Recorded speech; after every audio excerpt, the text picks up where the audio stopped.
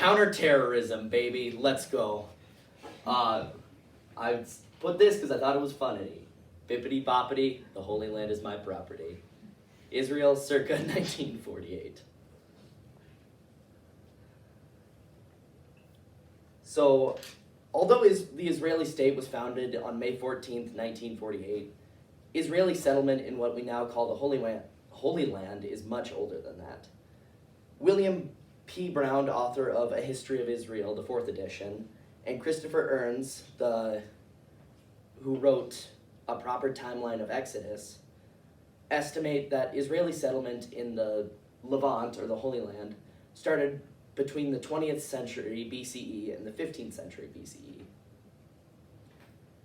When the Hebrews migrated from what is now Mesopotamia in around here-ish, that's called Mesopotamia, also called the Fertile Crescent for you history nerds out there.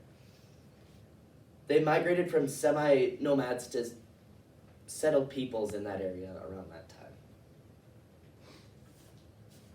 So before 1945 and during World War II, all of what we now call Israel was known as Palestine and was actually owned by the Palestinians.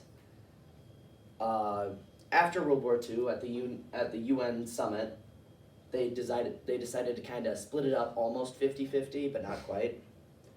And then after the 6 Days War, which I'll get into later, it was mostly Israel with a few Palestinian holdouts. Now, Israel and Palestine have been going back and forth for a long time.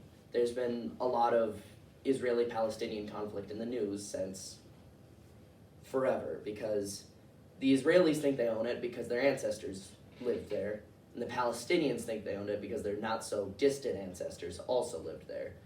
So it's kind of one of those half a dozen, 6 in one, half a dozen in the other kind of conflicts. Now that was sourced from Janie Kubler's Israeli Prospects, Peter Catel's Israeli-Palestinian Conflict, and Sarah Glazer's, I believe her name is pronounced, also Israeli-Palestinian Conflict. They're really creative. That's the wrong way. The 6 Days War was a war between Israel and its Arab neighbors, most specifically Egypt, Jordan, Syria, and Lebanon, where they attacked the Israeli state to kind of get rid of it in 1967.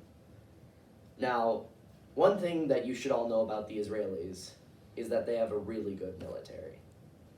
And I'm talking really good, because it's funded by a bunch of other nations. Most notably, the United States funds the Israeli military.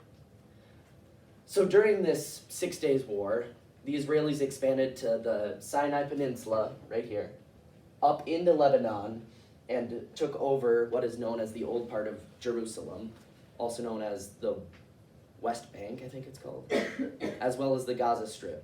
The West Bank and the Gaza Strip nowadays, that's the Gaza Strip, that's the West Bank, are what are owned by the Palestinians now.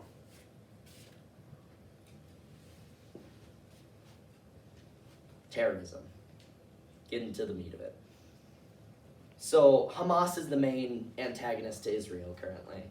It's a Palestinian-led terrorist group funded by Iran and Syria, and they took hold over the West Bank as well as the Gaza Strip not too long ago. The reason they're such a big deal is because how well funded they are. They have sent multiple rocket attacks from the Gaza Strip into southern Israel, and it's caused just a lot of conflict in that area. Now for the fun stuff. Counterterrorism.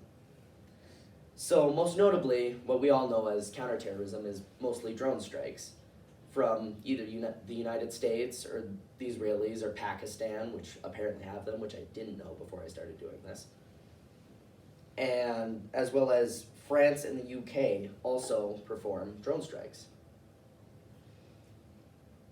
So the issue with drone strikes, they're not very precise. You're dropping a bomb on a building. You don't know who else is in the building. The terrorist leader might be in there, might not. It's kind of a 50-50. So over time, we've kind of started to move away from drone strikes on specific targets to more targeted killings. What did I just press? There we go. Targeted killings. So the act of a targeted killing is most notably on Osama bin Laden when the United States sent in the Navy SEALs into some random compound in the middle of, I think it was Pakistan, but I'm not right. No, Afghanistan. Afghanistan to take out Osama bin Laden, who organized 9/11. Now, the Israelis have been taking this to a whole nother scale and have effectively taken out a large percentage of the Iranian nuclear program's leadership because it poses such a threat to them. So from about 2001 to current day, there's been about 2,000 targeted killings, most notably in Iran.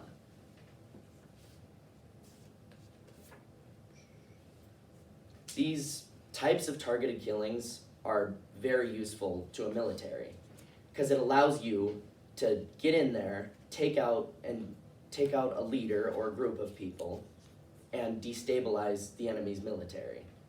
It also helps by minimizing casualties because it's a lot easier to go in with a group of 10 or 12 people than to go to war with someone like in the 6 Days War.